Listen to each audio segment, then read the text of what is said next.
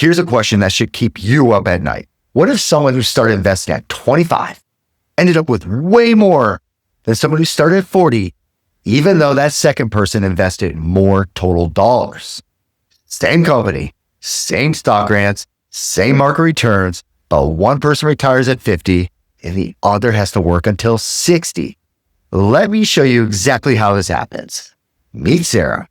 She's a software engineer at Google. Age 25. She maxes out her 401k and she sets her RSUs to an auto, sell, and reinvest strategy. She does this for 10 straight years and then stops at the age of 35 to focus on other goals, travel, a house, maybe a growing family. Now, let's meet Marcus. Same company, same role, but he waits. He's got student loans at 25. Then the lifestyle creep hits. He's got that nicer apartment. He's got a better car. He's eating out every day in the city. He doesn't get serious about saving until he's 40. At that point, he goes forward. Now, who do you think has more money at the age of 60? Well, it's Sarah, and it's not even close. Sarah has over $2.8 million, while Marcus is about $1.7 million. She started earlier and ended up with 65% more wealth. That's the power of compound interest. And if you're in tech making solid money right now, this might be the most important 10 minutes you'll watch this year. Hi, I'm Jonathan, founder of Alpine Road Financial. And today, I'm going to show you exactly why starting early gives you an unfair advantage and what to do if you're 35 and you're just figuring this out. All right, to kick this off, why tech workers should dominate this game, but most don't. Here's the thing. Tech workers are in the best position to win at compound interest. You've got high base salaries, $150,000 to $300,000 plus, and you have equity compensation that's often vesting every single quarter. You get bonuses that can be 5 or even 6 figures. And also you have career mobility that lets you jump from one opportunity to the next and get a 20 to 30% raise every time. But here's what I see all the time. Tech workers making $250,000 plus who have saved way less than teachers making $60,000 a year. How does this happen? 3 main reasons that I see over and over. First is golden handcuffs. Your RSUs or options vest over 4 years, and you're always waiting for the next chunk. So you stick, but you're not investing money. You're just accumulating company stock and often paper wealth. Meanwhile, you're telling yourself, I'll get serious about this after my next refresh, or maybe once the IPO hits. And guess what? Sometimes it just doesn't hit. And second is lifestyle creep. Suddenly, that $2,000 apartment becomes a $5,000 house payment. That used Civic becomes a Model Y, and those $15 lunches become consistent $50 dinners. You're making triple the money, but you're saving the same percentage, or most often less. And third is your equity confusion. You got RSUs in a taxable account. ISOs, you're not sure if you should even exercise. A 401k you haven't touched in 2 years, and a Roth IRA you opened once and forgot it's all in cash. You're making $250,000, but your money is scattered across 8 different accounts. Sound familiar? Well, here's the good news. If you can fix these 3 things, you can retire 10 years earlier than your peers. Not because you're smarter. It's not because you got lucky. It's because you started treating your equity compensation like a compound interest machine instead of a bonus that you spend every year. Okay, so you get it. Start early. But how do you actually do this when you got RSUs vesting, ISOs expiring, and a 401k that you barely understand? Here are the 3 systems that I set up with every tech client in their 20s and 30s, which starts with System 1, the 401k automation. Most tech companies offer a 401k with a 50% match up to 6% of your salary, or something similar to that. Listen, that is free money. Here's what we do. We set up your contribution to the max, which is $24,500 in 2026, and we front load it if possible. Some plans let you hit that max in the first few months of the year. Do this if your company does a true up on the match. System number 2, the RSU auto sell strategy. When your RSUs vest, your brokerage could be something like an E-Trade account, a Fidelity or Schwab, whatever. They will withhold about 22% for taxes. But here's what most people don't know. You usually owe more than 22%. If you're making $200,000 plus a year, your marginal tax rate is probably in that 32% federal plus 9 to 13% state. That RSU vest creates a tax bill, and you may not be ready for it.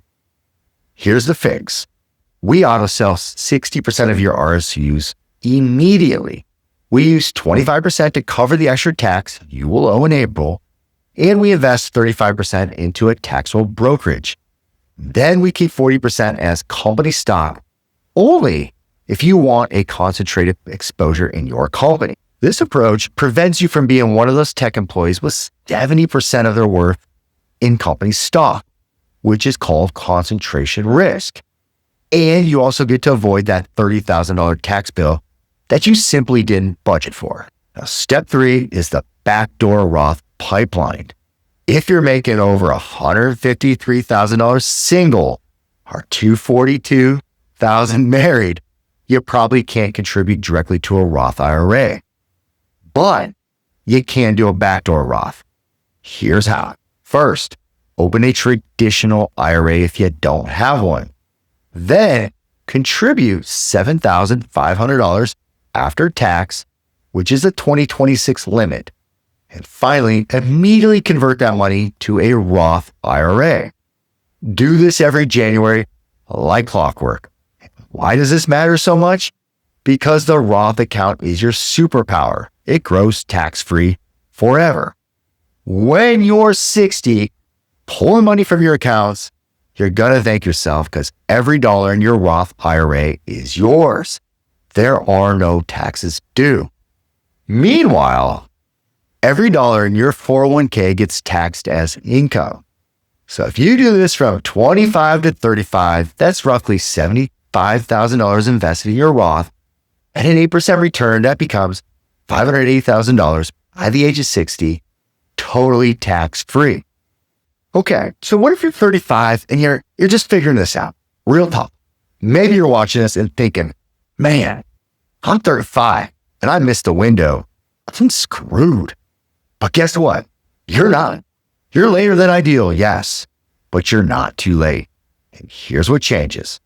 First, you need to save a higher percentage. If you're starting at 25 and you need 25% of your net income, you're going to need like 35 to 40%. It may not feel fair, but it's simply math. Second, you can't afford as much concentration risk. That company stock sitting in your brokerage account, if it's more than 20% of your net worth, you're going to need to diversify. And I don't care if you think it's going to be 10x and your quick catch up, because one bad earnings report and your retirement timeline just shifted out another 5 to 10 years. Third, you need to front load. If you get a $50,000 bonus, do not spend it. Don't even think about spending it. Instead, max out that 401k, 24/5. Fund your Roth IRA, $7,500, and invest the rest. You're playing catch up, which means windfalls can't be treated as fun money. Rather, they're your compound interest fuel. Here's the good news. If you're 35 making $250,000 plus and you get aggressive for the next 15 years, you can still retire at 55 at $3 to $4 million. The reality is you just can't coast. You got to be intentional. But here's the better news. Most of your peers aren't doing this. So even if you're late to the game, you're still ahead of the curve. Now let's talk about the biggest mistake that kills compound interest for tech workers. They're over-optimizing for today instead of for tomorrow. Let me give you a real example. A client came to me at 32, making $280,000 at a great FANG company. He had $40,000 saved in total. And I asked him, where's your money going? He said, well, I max out my 401k, That's roughly $24,500. But after taxes and expenses, I just don't have much left. So I pulled his spending, and here's what I found. $5,500 a month for rent because he wanted to live downtown. $1,200 a month for a car payment, which was a Model Y, and $2,000 a month for eating out and entertainment, plus an additional $800 a month for subscriptions. Things like the gym, streaming services, and some SaaS tools, honestly, that he never used. That's $9,500 a month on lifestyle alone, which is $114,000 a year. Meanwhile, his RSUs were vesting $60,000 a year, and he was simply selling them and spending them immediately on nothing that he could even recall. I told him, hey, you're trading off your 50-year-old self's freedom for your 32-year-old self's comfort. So we didn't cut everything, but we just simply trimmed. He moved to a $4,000 a month place. Still amazing, just not downtown. He then traded that Model Y in for a used Model 3, which was a $600 monthly savings. And he cut subscriptions he didn't use, which came out to roughly $300 a month. And then he started meal prepping twice a week instead of eating out every single night. Not only did he get healthier, but he had another $800 of savings per month. When we summed it all up, that freed up about $2,500 a month, which is $30,000 a year. We invested every single dollar of that, and now he's on track to retire at 50. And I want to be clear about this. This is not because he became a monk, but it's because he made small, intentional trade-offs that compounded. Listen, sometimes it's worth spending and having those adventures, but most of the time you can trim costs. So let's get into it. This is your Monday morning action plan. Okay, you get it. Compound interest, well, it's powerful, and tech comp makes it easier. And starting early is ideal, but what do we actually do on Monday morning? Here's your checklist. Step 1, we're going to max out your 401k. It's going to roughly take you, 10 minutes. You're going to log into your payroll system, set the contribution to the max, which is $24,500 for 2026 or $32,500 if you're 50 or older, because you simply get a catch up. Pick a target date fund if you don't have one already, or an ETF. Step 2, set up an RSU auto sell. This is going to take you, 15 minutes. Log in your equity brokerage account. Could be E-Trade, Fidelity, Schwab, wherever your equity's held. Find the auto sell or sell to cover feature setting. Set it to 60% of each vest automatically, and route those proceeds to your taxable brokerage. Step 3, open a fund or Roth IRA. A little more difficult, call it 20 minutes. So go open an account at Vanguard, Fidelity, or Schwab. And contribute the max, $7,500 if you're under the income limit, or do a backdoor Roth if you're over that income limit. Now invest in an ETF or target date fund. Step 4, automate your taxable brokerage. 10 more minutes. Set up an auto transfer of $500 to $1,000 a month from your checking to your brokerage. Again, that's an ETF or a 3-fund portfolio. Talk to your advisor. But turn on dividend reinvestment. Total time, 55 minutes, which is less than an hour. That's it. You just set up a system that will compound for the next 30 or 40 years. Most people spend more time every single night just simply picking out their next Netflix show. Okay, in closing, remember, direction beats perfection. You don't need to time the market. You don't need to be perfect. You don't need to pick the next Tesla stock. You just need to start and keep going.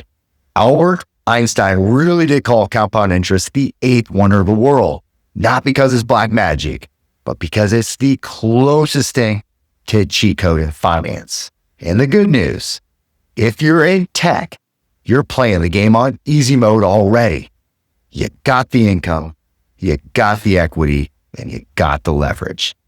The only question is, are you going to do it? Because Sarah and Marcus, they had the same opportunity, same company, But Sarah started at 25 and retired at 50, and Marcus waited till 40 and had to work till 60. That is 10 years of freedom, or simply avoiding 10 years of grinding. The choice is yours, but the clock is ticking.